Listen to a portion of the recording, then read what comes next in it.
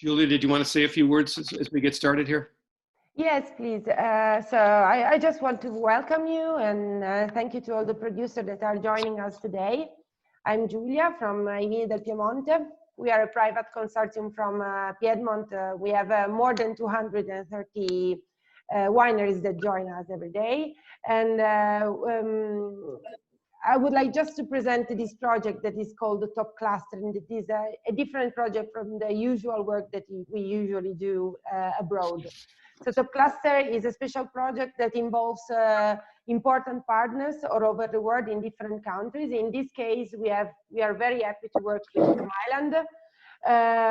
We had different plans for this year. We had plans to organize tastings in person, of course, coming to USA as we usually do every year, but unfortunately it was impossible. So Tom has this great idea to do a digital travel across the Piedmont.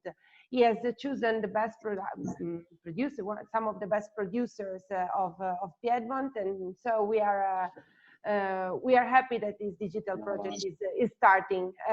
This is the third appointment. We'll have 2 other appointments to go. And so thank you, and I hope that it will be a good time. Thank you, Julia. Thank you. Welcome everyone to our third webinar today. The subject is Nebbiolo Terroir in Piemonte. We have 6 producers today. We have an hour. I'm going to get right to it.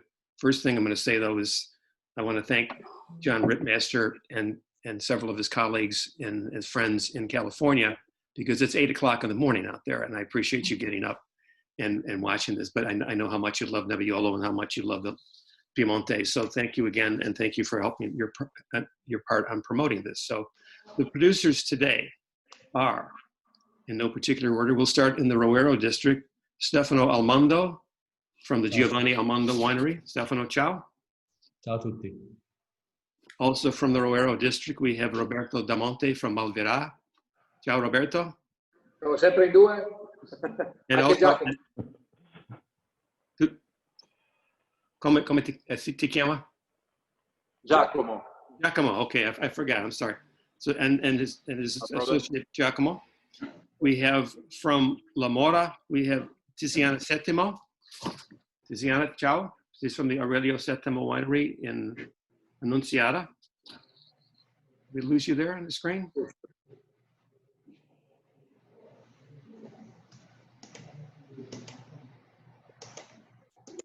I don't see Tiziana. Did we lose her for a second? Well, we'll get her back in a second, hopefully. 1 second here. Okay. Sorry about that. We also have from La Mora, Alessandro Locatelli. Ciao, Alessandro. He's from Roque Costamagna, right up in the square in the upper part of La Mora. From Barolo, we have Paolo Rinaldi. Ciao, Paolo. From the Francesco Rinaldi Winery. And from Alto Piemonte in the village of Gattinara, we have Alessia Travadini. Ciao, Alessia. Hi, ciao. Tiziana, we will start with you because we're going to be looking at different examples of Nebbiolo today. So we're going to start with you because we're going to be discussing your 2016 Langhe Nebbiolo. Okay. So, okay, there you are. Tell us in basic terms the difference between Langhe Nebbiolo and Barolo. So first of all, I'm Tiziana Settimo. I'm the winemaker. So Aurelio was my father. And this Langhe Nebbiolo was the wish of my father to show what's happening with the Nebbiolo in purity, and to show the structure of this wine. So the difference is from Barolo to Langhe Nebbiolo. This Langhe Nebbiolo is coming from the same grapes we are using to produce Barolo. It's simply our selection. We can do always in the maximum yield 8,000 kilos grape per hectare, to decide to produce first, so the top is the Barolo, or declassing, so requalifying ourselves the grapes to produce a Langhe Nebbiolo. The difference is that for Barolo we have a minimum by law of 18 months of aging in oak barrels, while for our Langhe Nebbiolo, there's no oak aging, only steel tanks, concrete tanks, again in steel tanks, and then in bottle. Another difference is that for Langhe Nebbiolo, we are doing a shorter maceration, only a few days less. For this wine, we're exactly 12 days maceration. Nothing other. So the Langhe Nebbiolo is the DOC, the Barolo is a DOCG. Okay. Now, you are allowed to blend other varieties with the Langhe Nebbiolo, but Yes, you're 100%, correct? Yeah, but we do 100%. Yeah, we do 100%. And the selection we are doing is from younger vineyards we own on the southeasterly exposure, okay. Normally not from Rocche dell'Annunziata. Okay. And we are doing from the young, yeah. I'm sorry, I'm going to put up a picture you sent me of the exact source of where you get these grapes from. So exactly. So the southeasterly exposure, the name of this hill is San Martino Hill. Exactly. And this is is exactly back to our cellar. And this is the left side of the little road that is dividing exactly the two exposures. So San Martino Hill is southeasterly exposure, Rocche dell'Annunziata is exactly on the right side, and this is a south-southwestern exposure. And is this San Martino Hill, is that part of a particular crew, or is it just the name you gave to that hill? No, it could be named, San Martino is the name, is the old name of this hill. It could be a MGA as Annunziata, but we never named the Barolo Annunziata to avoid problems with Rocche dell'Annunziata. Of course, right. So we produce simply a Barolo Classico. We don't name it Annunziata. Okay. And how old are these vines in the San Martino Hill? It depends. We have now from the younger vineyard just replanted in 2014 till the oldest one that has now 57 years old. There's a map you sent me also that'll give the people watching a little bit better idea of exactly where it is. Yeah, in the circle is our cellar, and exactly back to the cellar where there's this light brown color, almost yellow color, is San Martino Hill. And in Rocche dell'Annunziata, we pointed out where are our vineyards. So from the higher point going in the middle part of this part of Rocche dell'Annunziata. Okay. The other thing I want to point out about your Langhe Nebbiolo is that you do not age the wine in wood, correct? No, absolutely. This was the wish of my father, and I follow this philosophy. So the idea is to produce a Langhe Nebbiolo that tastes like a Barolo. So we don't release it or bottle it really young. So this was bottled. This is a 16, so great vintage, bottled in December last year. So it has now almost 1 year bottling. 13.5 in alcohol, and the production was of this lot bottling 6,800 bottles. Okay, well, I applaud that decision because there's so many young Langhe Nebbiolo out there, which are great as well. 2018, 2019 have already been released. So to find a 2016 Langhe Nebbiolo is a bonus. And of course, yeah, and what I wanted to point it out again is that due to my decision, so I don't want to go over 14 in alcohol with our Langhe Nebbiolo. So unfortunately, we are not able to produce Langhe Nebbiolo every vintage. We will jump the 17, for example, as we did for 2007 or 2010. And so the next one that will be released next year will be the 2018. The problem is I wanted to produce a Langhe Nebbiolo in between 13.5 and no more than 14 in alcohol, because I think we need to get this balance in between tannins that are natural tannins from the grapes, so we don't have tannins from oak, and the alcohol. I don't want to go over 14 because I think it's too much for a Langhe Nebbiolo. Okay. And as John Ripmaster just commented, the 2016 Langhe Nebbiolo, he said, is delicious.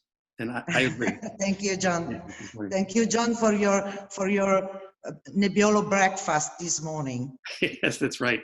Okay, let's move now to the Roero district, and we'll talk first with Stefano Mondo. Stefano, we are discussing today your 2018 Roero. So everyone thinks of Roero and they think of Arnese, and that's, I know the primary production in Roero is Arnese, but people don't think often about the red wines and about Nebbiolo. So tell us a little bit about Roero in general and the soils and how a Roero red is different than the one from the Langhe. Yes. First of all, Nebbiolo in the Roero district has a long story from centuries, and it's not only a young thing from the 80s. We have many books of ancient story mentioning Nebbiolo in the 14th century in the Roero area. We carry on this tradition together with other haciendas, and even if it's only 20% of our production, we plan to increase the production of Roero Rosso in the next years. It's a different kind of wine than Barolo and Barbaresco, of course. We have mostly sandy soil. So this is our typical sand for Nebbiolo. It's called the Sabbie Astiane, Sabbie di Asti, and it's 3 million years ago, 3-4 million years ago. It's the majority of this soil is sand. There is also some limestone. There is 8-9% of calcare attivo, active calcar, but the majority of the soil is sandy. With this kind of soil, we prefer to use big cask, and we want to emphasize a mid-weight style of Nebbiolo based on elegance, on purity, on freshness, and not to over-extract or make something excessive, because the sand give you the fruitiness, give you the balance, give you the freshness, and we want to preserve this in the aging. That's why in our Roero Rosso 2018 we use only one big cask of Slavonian oak. And what size cask? It's 25 hectoliters. Okay. So it's a very small production, but we do in total 20,000 bottles of Nebbiolo of our production. So it's a small amount. As far as, excuse me, as far as sandy soils, when you work with Nebbiolo, would you consider that the tannins are a little bit softer, rounder, or not as rich as they would be in clay? No, the sandy soil I find that give you the mid-weight structure more than silky tannins.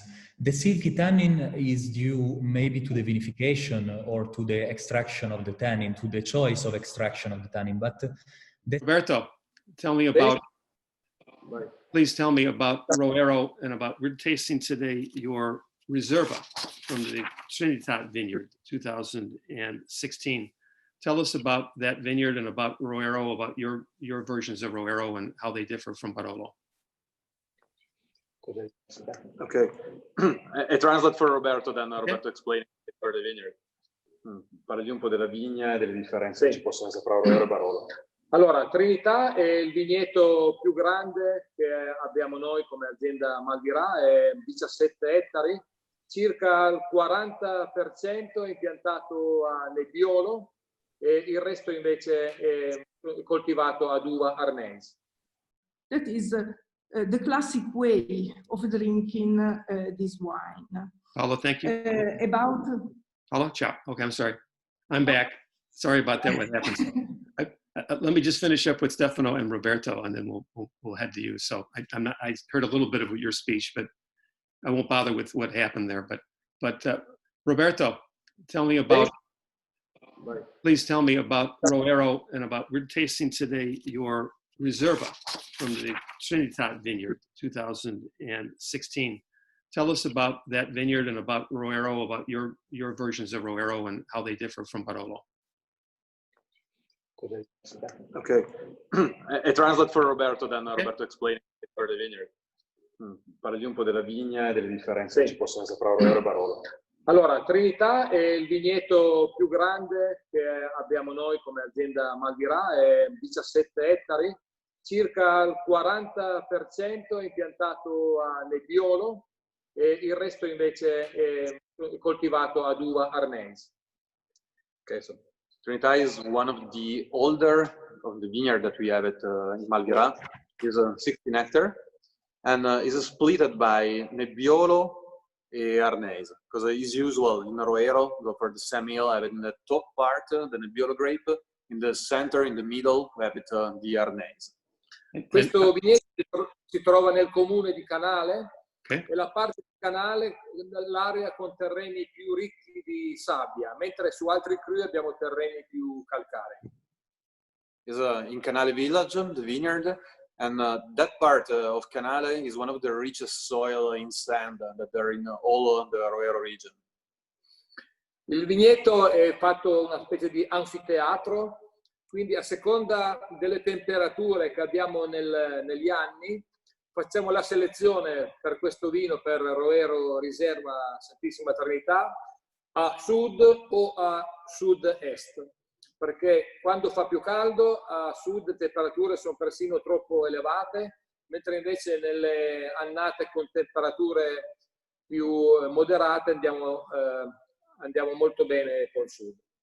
The Trinità vineyard is like a U, because it's like Alfa Arena, so we have a different exposition. We harvested and separated the different exposition, so we can choose it which is the best to use it for the Riserva. Because tell me, Tom. Quanti anni fa questi vigneti hanno impianto? Abbiamo impiantati fra l'88 e il 95, a seconda degli appezzamenti. It's from 88 to 85, depends on the different part of the sì, allora, poi mi chiedevi anche la differenza, no? Che c'è fra un nebbiolo nella zona del Roero e un nebbiolo nella zona di Barolo. Noi abbiamo anche una piccola proprietà alla Morra, impiantata a Nebbiolo naturalmente. La diversità è anche perché il vigneto alla Morra è quasi a 400-420 metri di altitudine, quindi a Roero al massimo arriviamo nei nostri vigneti 320 metri sopra il livello del mare. Prego. Roberto explained a bit, you want to explain a bit the difference between Nebbiolo for Roero and Nebbiolo for Barolo? Because we have two different vineyards. We have one also in La Morra with, for Roero. So it's one of the mainly difference that we have is the highness of the soil. Because the one in the Barolo region in La Morra is higher, because we are around 400 meters. For the Roero hill normally are a bit lower, because the biggest part of the vineyard that we have it are around 300-320 meters. E in questi 11 anni che noi stiamo vinificando anche Barolo, ho notato che la diversità più grande che abbiamo sull'uva del Roero rispetto a quella dell'area di La Morra è il tannino, perché l'acidità, gli zuccheri dell'uva, il colore sono molto simili. La diversità grande è il tannino. Il tannino che abbiamo alla Morra, fatto con lo stesso stile, abbiamo sempre fatto noi, con lo stesso metodo, alla Morra abbiamo dal 30 anche fino al 40% in più di tannino rispetto a Roero. In the last 11 years of experience that we have made it more or less the same kind of vinification. From the Nebbiolo we have it in Roero, and the one in La Morra we see the mainly difference is the tannin, because we have more or less the same level as a sugar, as a acidity, as a color, as a anthocyano for this, but it's pretty strong the difference for the tannin. We can have it like 30 or 40% more tannin in the vineyard in La Morra. Okay. Ed è proprio un tannino diverso. Se noi dobbiamo fare un disegno del tannino nel Roero, quindi nel Roero ha un'onda molto larga, mentre invece Barolo abbiamo un'onda molto fitta che dà spessore in bocca, questo tannino. He says the tannin, the quantity of the tannin got changed, but also the sensation that you have it. Because just to give you idea of the sensation you can have, he says like the tannino from Roero made a longer sensation. If they are like the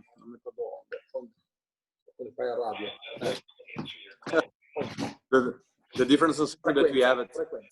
The different sensation that you have it is the tannin from La Morra have a very high pike, but they are compressed. So you have like a bigger structure when you go drink it.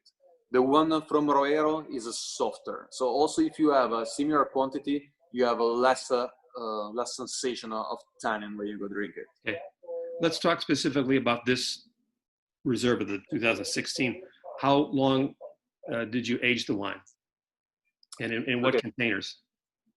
On the 16, we are changing a bit because it's the first year that we go for a different kind of aging. Because in that one, we have used the double oak barrel, so the 450 liter for like the 75% of the blend. The other part is used for a Botte Grande. Okay. It's a Botte Grande from 25 hectoliter, so 2,500 liter on that one. From Austria, that one, and it's pretty new because it's just the second time that we use it on that one. We are playing a bit with that kind of blend for the different single vineyard that we have to try to find a good balance from Botte Grande and a double barrique, because we have seen that is not that good using just Botte Grande on the Nebbiolo from Roero for the kind of soil that we have it. But we prefer use it also a bit something smaller, so it can make it a bit faster maturation on the wine that we have it. For the kind of, I'm sorry, I just want to make sure we have enough time for everybody else. So I tasted the wine earlier today. That's all right. We'll get back to you. I'm sure we'll have a few minutes. But I tasted the wine earlier today, and beautiful, very subtle aromas of thyme and orange peel and things like that, and beautiful Nebbiolo character. And I think one of the things that people think with Roero is that you have to drink the wines right away. Now for this wine, I put down, over the next 7 to 10 years, and I'm sure it'll last longer than that. Your Chicago importer just left a note that there's 2005 and 2006 that she's still selling, which are in wonderful shape. So just very briefly ask Roberto about that, about the aging potential of the best examples of Roero. Dire qualcosa sull'invecchiamento potenziale dei Roeri. Ma noi, siccome il Roero non ha una storia sul mercato di vini rossi che durano molto nel tempo, no? Allora noi come cantina abbiamo iniziato tutti gli anni a lasciare uno stock di vino e a lasciarlo comunque con piccole quantità sul mercato. Infatti attualmente noi vendiamo ancora, anche volendo, del 1998. Cioè, proprio per dimostrare il potenziale di questo vino. Il 98 adesso è ancora un vino perfetto, ancora capace di durare moltissimi anni. Okay, because normally you don't find so much aged Roero on the market. So my dad is starting to make like a small stock to keep it from 1998 that is still on the market on that one. Because when we are low on the quantity, low in stock for one wine, we store it apart. So we can offer to the public the possibility to try all the Roero. That is something not so common for the biggest part of the people. So in that way, we can show up people that also the Nebbiolo from Roero can have a very long life in that one. The 1998, for example, still have a dark color, you feel a good acidity, so it's a kind of Nebbiolo you can continue to keep it for like it's minimum other 8-10 years with no problem. Infatti quest'anno, adesso stiamo uscendo con una cassa da 12 bottiglie con un'annata per annata, una bottiglia per annata, proprio per far conoscere il potenziale del Roero nel tempo, una verticale in questo senso, della Trinità.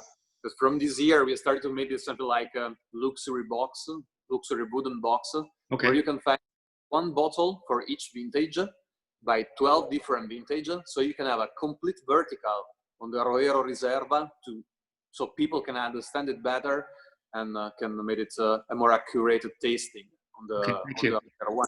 Thank you, Roberta. Let me just ask Stefano real quick about Roero. We just had your classical Roero, not Reserva, but what do you think about aging potential of Roero? Both the versions that we do of Roero, the Classico and the single vineyard, can be aged 10-15 years. And also il base, the Classico, very easily 10 years. And it's better after 5-7 years. It depends on the vintage. Classic vintages can be enjoyed even in 10-12 years. Okay. So. Thank you. Paola, let's go to you. Let's talk about Barolo now. I know you were talking for a few minutes while I was trying to get back up on connection here, but we're trying your Barolo Classico 2016. So yes. in a couple of weeks, in a couple of yes. weeks, we'll be talking about your Cru Barolo, Brunate, yes. and Brunubi. But now we just want to talk about the Barolo Classico. So first, tell me where you source the grapes from for this particular wine. Yes, our Barolo Classico is a blend of the grapes that we have in Castiglione Falletto, in La Morra, and in Barolo. You know, our estate is old, so the vineyards we own are old vineyards, and these are in the classic positions for the Barolo production. So, for example, in our Barolo Classico, we have some Codana in Castiglione Falletto. We have grapes coming from Sarmassa in Barolo. Here's a picture here of Sarmassa in the wintertime. Yes. Okay. And then we have grapes coming from Rocche dell'Annunziata in La Morra. Okay. We have also other vineyards that are not so well known. For example, Il Boiolo, that is closed to Brunate in La Morra. We have another big parcel in Vignane that looks southwest to the sun. And this is a different position compared to Canobi, Brunate, the other vineyards we own. And maybe in very hot vintages, these vineyards will become more and more interesting than in the past. So before I was saying, in the past, it was necessary to balance the quality of different vineyards. In the last years, we had good we had good vintages. So we are happy with our Nebbiolo grape.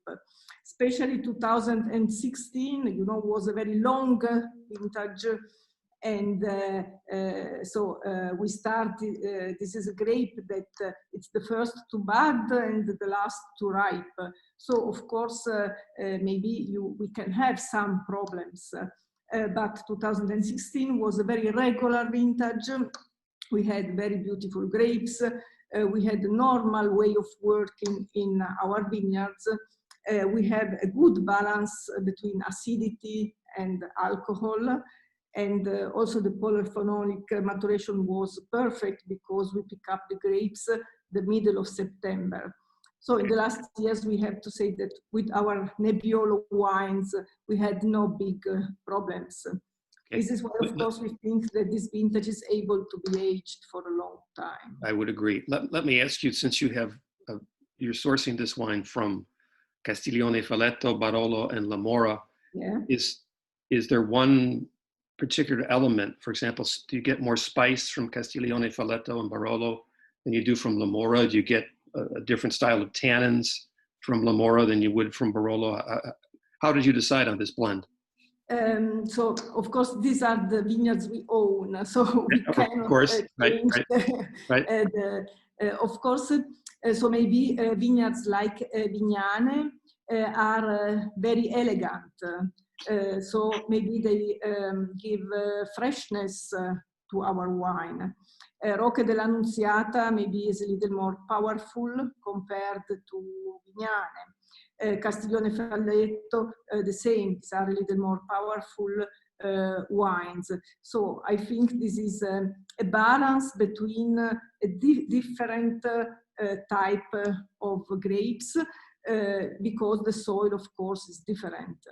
Okay. We go to more sandy soils in the Barolo area, more calcareous in the La Morra area, and in Castiglione Falletto.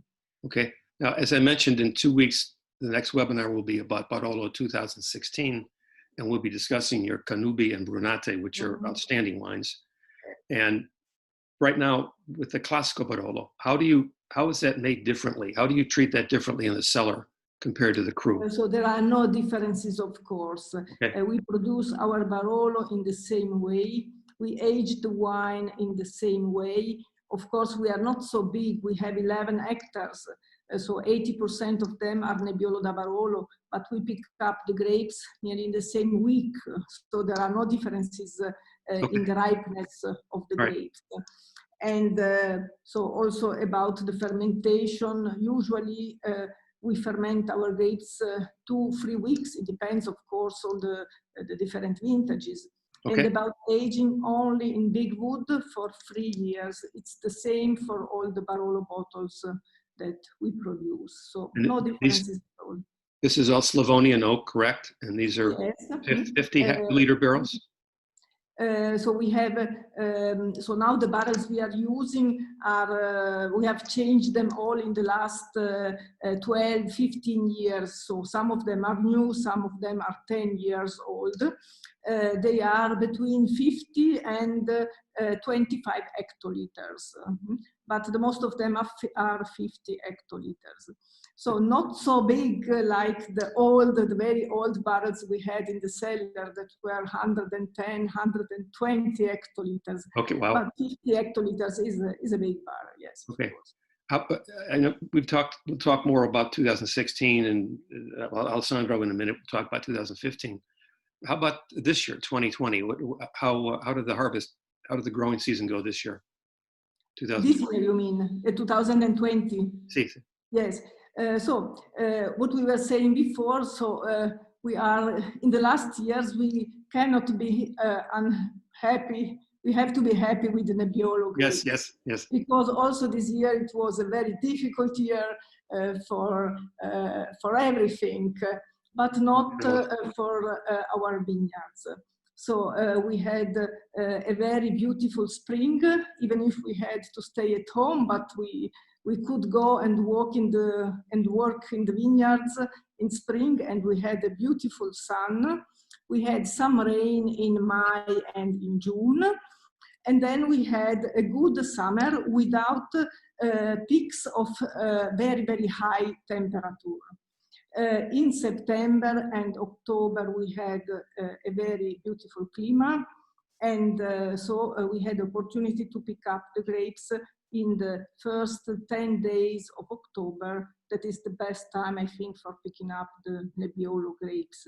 Okay. We had no hail, and so I think we can be happy with our grapes. Great. Now they are wines, of course.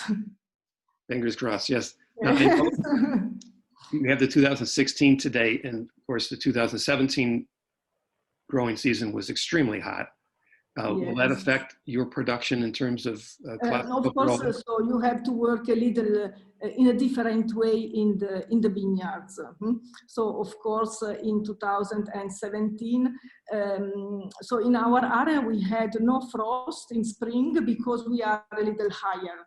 But I know in the bottom areas there was a problem with the frost, so it was a little difficult. In summer it was very hot. Of course, we had to protect the fruit from the sun.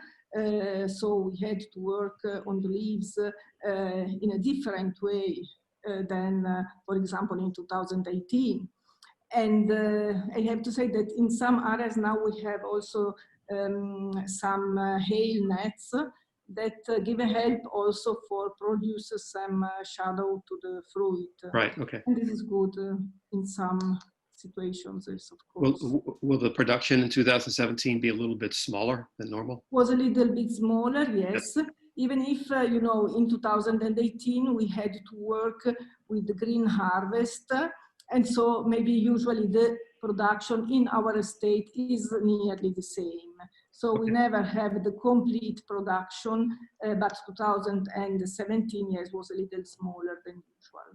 Okay, two more questions and then we'll move to Alessandro, who'll tell us about his Rocche dell'Annunziata. With the 2016 Classico, as opposed to Brunate or Canubi, what would you say would be the aging potential of the Classico? So I think it's important to look to the vintage and not so much to the area, because I said in our Barolo Classico we have a lot of tradition of old positions for the Barolo production. So I think it's nearly the same. Maybe I hope so. Usually Canubi has a little longer life compared to Brunate or to Barolo Classico, but you have to look to the vintage more than to the wine. Okay, and one thing, and I'll ask this also of Alessandro, we'll ask him to answer this question as well, but there's so much attention paid to the MGA and to Cru Barolo. Your Canubi and Brunate are outstanding this year, but the Barolo Classico, I mean, we shouldn't think of it as a lesser wine, should we? I mean, No, it really is, it's very high quality, and it's the history of Barolo. I think in the future we will speak more about Barolo Classico than in the last years. That would be great. Alessandro, what is your answer to that? You produce Alessandro Locatelli from Rocca Costa Magna. It's now your turn. We're going to taste your talk about your Rocche dell'Annunziata today from 2015, but you also produce a Classico Barolo. Tell us your thoughts on that, on Classico Barolo versus a Cru. Thank you, Tom. I agree with Paola with the discussion of Barolo Classico, and I would like to remind that 20, 30 years ago, a lot of Barolo were produced with a blend of different vineyards, and sometimes different vineyard has different characteristics, and together they match also very well. Sometimes some positions are more powerful and full-bodied, other positions are more rich in the nose, and a blend well done is possible with a well-done blend with a different position, have also a very balanced wine. And then we started in 2011 to produce a Barolo Classico because a big part of our vineyards are in Rocche dell'Annunziata. We decided to produce with 3 different vineyards in La Morra and the Verduno, a Barolo Classico. And also, like Paola, the style is very similar. We produce Barolo Classico and the Barolo single vineyard Rocche dell'Annunziata in the same style, and the difference is in the soil. And for both wines, we are really happy in the last vintages. And what we know now that the Barolo Classico is a little bit more ready and easy to drink also after 5 years. With our single vineyard Rocche dell'Annunziata, we always prefer the wine after 5 or 6 years after the harvest. And that's also the reason because we decided to have a single vineyard in a single vineyard, our production in the top of Rocche dell'Annunziata called Bricco Francesco. We decided to release this wine like a Reserva 6 years after the harvest. Okay. But, okay. What's the difference in production versus the Classico and as opposed to the Rocche dell'Annunziata? For us, the Classico is a really small production because we are between 7,000 and 8,000 bottles, and we have in total 25,000, 26,000 in Rocche dell'Annunziata. But what happens sometimes in the vintages that are a little bit less powerful, like 2014, we decided to produce more Barolo Classico and skip the production of our Reserva.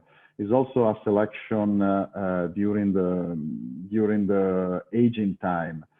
Hopefully, the last vintages were incredible and the quality is outstanding every year with a little difference, but always with a very, very high quality. Okay, let's talk about your 2015 Rocca dell'Annunziata. We've talked a lot about 2016 already, but 2015 has certainly been overshadowed. That's easy to understand, but it was really a very special finish. Talk about that growing season, about the wines. Personally, I'm very happy with the 2015. The season was nice, was very regular, and then we had a nice summertime, and then the balance for the tannin ripening was really, really nice. We arrive in harvest time early than the regular time, because we prefer harvest in the middle of October when it's possible. In 2015, the harvest was early, was October 4, October 5 for us. But the tannin were very, very well ripe and mature, and we are really, really happy with the result. And then usually for us, we do maceration that takes between 2 and 3 weeks with the skin. And the first part, we start with a cold maceration for 2-3 days, and then a part of fermentation around 26 Celsius, around 78 Fahrenheit degree. And at the end, we arrive close to 28-30 Celsius degree for the last days of fermentation. And after that, we are traditional in aging. We are using a Slavonian oak barrel, 2,500 liters to 3,000 liters for 24 months. That's our idea for the Barolo. Okay, I'm going to put up a picture here of Rocca dell'Annunziata. There's a lot of excitement, a lot of discussion lately about this particular vineyard. So if you could tell us a little bit about this particular photo, once I find it here, of Rocca dell'Annunziata and what we're looking at here. Where are your vineyards? How many hectares do you own in Rocca dell'Annunziata? Yeah, we have 3.5 hectares altogether, 5 different vineyards altogether that you can see exactly in front here. And then we are in the highest point between 320, 360 meters in Rocca dell'Annunziata, very close to Tiziana vineyards. Our exposure is south-southeast, and usually this part is a little bit higher than other parts in Rocca dell'Annunziata, and also for that we prefer make the harvest a little bit later when it's possible, because we always had the better quality waiting a little bit for harvest time. Is the same exposure. We renewed all the vineyard in the last 25 years and decided to have a little bit of high density, more than in the past. We have close to 5,800 vines for hectare, and then it's not really deep. It's possible work very well with all the machine inside, and then it's easy to manage. And we decided to do a little bit modern kind of vineyards. And we renewed the vineyards, and the last part was replanted in 2008. And, okay. And now we are really happy because they are going to produce very, very high quality. I can tell you, just looking at this photo, not having been there in about a year and a half, I have mixed feeling, because I'm very envious that I can't get there, and a little bit frustrated. But I know it'll be soon. But just looks like heaven. That's just such a beautiful photo. So I can see why the wines are so great from here. It's made with the drone, because there are no places for taking this picture. I was wondering where the photo came from. So, all right, we'll come back to you in a few minutes. I want to make sure we have time for Alessia Travaglini. Alessia, been very patient. Sitting there, we're going to talk about 2 of your Gattinara today. Hi, everyone. Ciao, Tom. Thank you.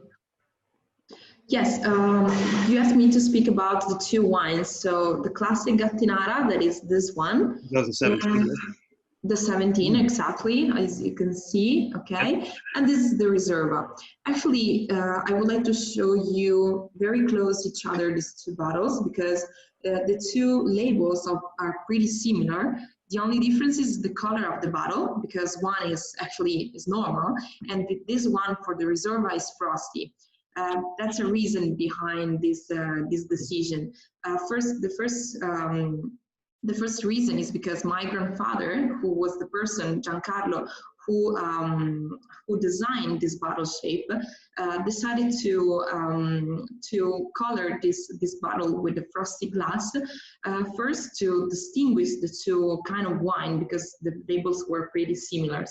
And the second thing is also because these are the two historical labels of the winery. This one was the wine to drink daily, and the Reserva was the wine to live in the cellar. So the frosty color of the bottles was able to protect the wines and save the quality for the longest period, the longest time. Nebbiolo, as my colleagues that speak before, has a very long life potential, of course, and also Gattinara. Okay. I'm going to put up a picture of one of your vineyards that I took a few years ago when I visited with your mother. And if you could tell us about this particular shot and about your vineyards in general. I mean, because at Travaglini, you own, I think, about 60 or 75% of Gattinara. Exactly. So Gattinara is a very, very small appellation that is located in the very north Piedmont. We are actually at the foothills of Monte Rosa, and it's the biggest appellation of the North Piedmont because it's covered only 103 hectares, and we own 59 in total, of which 55 are planted with vineyards. Actually, we just finished to plant 3.5 hectares this June, so these 2 years, and now in total we have 55 hectares. So that is around the 50% of the total Gattinara. And we produce our wines, our 7 wines, only from vineyards of the property located in Gattinara. This is the most important thing. What is the elevation of this vineyard? This exactly vineyard that you are showing in the picture is called Vigna Ronchi, and is one of the 4 that we usually select for making the Reserva.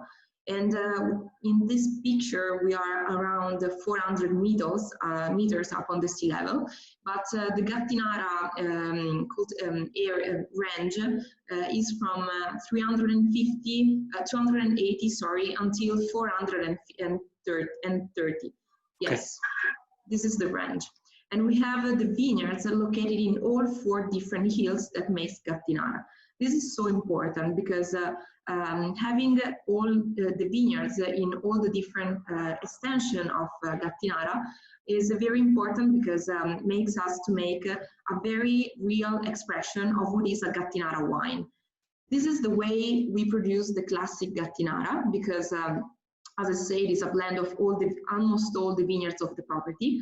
I mean almost all because actually the youngest vineyards from 5 to 12 years old, we select the grapes using for the Nebbiolo Costa della Sesia, that is our entry-level wine. And from 15 years old, so we leave time to the roots to go deeply in the soil, we start producing first Gattinara, and then we start to produce Reserva. So this wine is, for this reason, I can say that the more complete expression of a wine from Gattinara is only aged 3 years old, 3 years in total. The first 3 months stays in the stainless steel tanks for the fermentation, both alcoholic and both malolactic, and then aged for around 30 months in big barrels, in Slavonian big barrels. When I say big barrels, we have barrels from 10 hectoliters until 103 hectoliters. That is the biggest that we have, and also the oldest. So when we say big barrels are very big. And, tell us about 2017, because I know that was 2017 was a very hot year in the Langhe. I didn't get a chance to visit up in Gattinara that year. Was it as hot up in Gattinara as it was in Langhe? And the Barolo? Actually, not as much as Langhe, but it is recognized as a warm vintage. Actually, the reason why I say that when we speak about a warm vintage, we can never say that is as hot and as warm as Langhe because of the geological position of North Piedmont area. Because actually we are very close to the Rosa Mountain and to the Alps in general, and these are something that can makes differences in the microclimate in general. In fact, we have mild temperatures during the winter time and cooler temperature during the summer. Exactly, this is the picture that I would like to show because we are very, very close to the mountains, so they are important for mitigate the temperature. For example, during the summer, we have differences between night and day that are very high, like 10, 12, maximum 15 degrees. So this is very important for the final ripening of the grapes.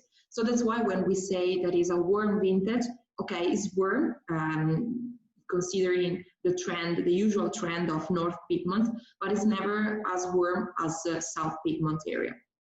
Same things is between 2017 and 15. Actually, they are considered both warm vintages, but there are some differences because 2015 is the vintage after 2014.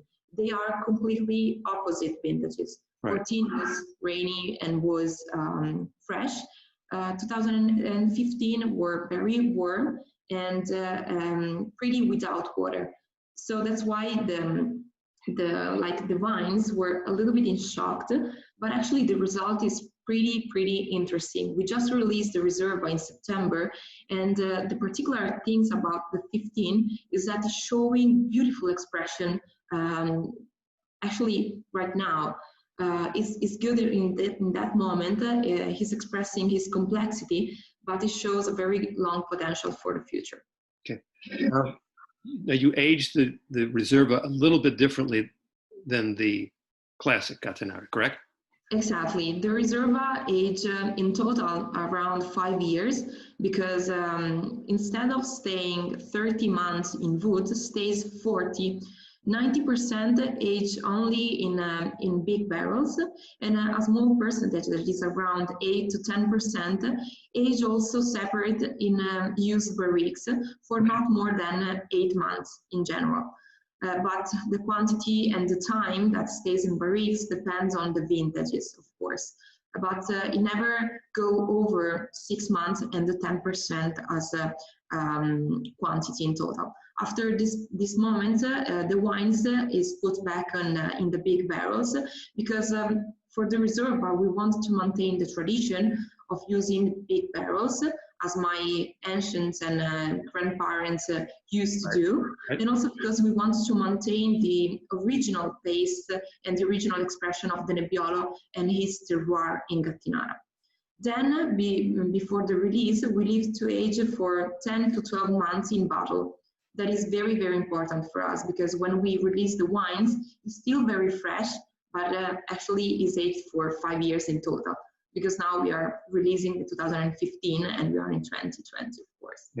When I tasted the wine earlier today, the Reserva, I found some aromas of cinnamon and oregano, things like that. Was that, you think, because of the different aging in the wood, or was it maybe a little bit riper fruit, or I don't know if you found that at all yourself? Actually, it's the Reserva, the particular of Reserva is that we select also the vineyards and of course we select the best part of our 4 oldest vineyards that are from 40 to 7 years old. And every time we do blind tasting in the winery, tasting, for example, directly from the barrels, we realize that every single vineyard is giving different characteristics. So every time you say that you're smelling and tasting something in particular can depend from the vineyards that we select the grapes, and also for the kind of aging. The characteristics of this wine depends on the vineyard and also on the using of big barrels and barriques too. Okay. One more question, and it's a general question. How would you describe the difference between Gattinara, Barolo and Roero? Actually, I would like to say that my differences are better to say between North Piedmont and South Piedmont in general, because South Piedmont has a very different soil than the North, because actually all the single appellation that makes the North Piedmont region are mainly rocks. The soil is mainly rocky because 280 million years ago there was a huge volcano. In fact, North Piedmont and mainly Gattinara and Boca can be considered a volcanic soil region. Then actually 280 million years ago there was a big eruption that that caused the collapse of the magma chamber, and the explosion makes the spreads of the lapilli and the volcanic remains and sediments. So that's why right now we can have these rocks coming from the very deep parts of the earth crust due to the uprising due to the collapse of African plates and European plates that makes the origin of the Alps.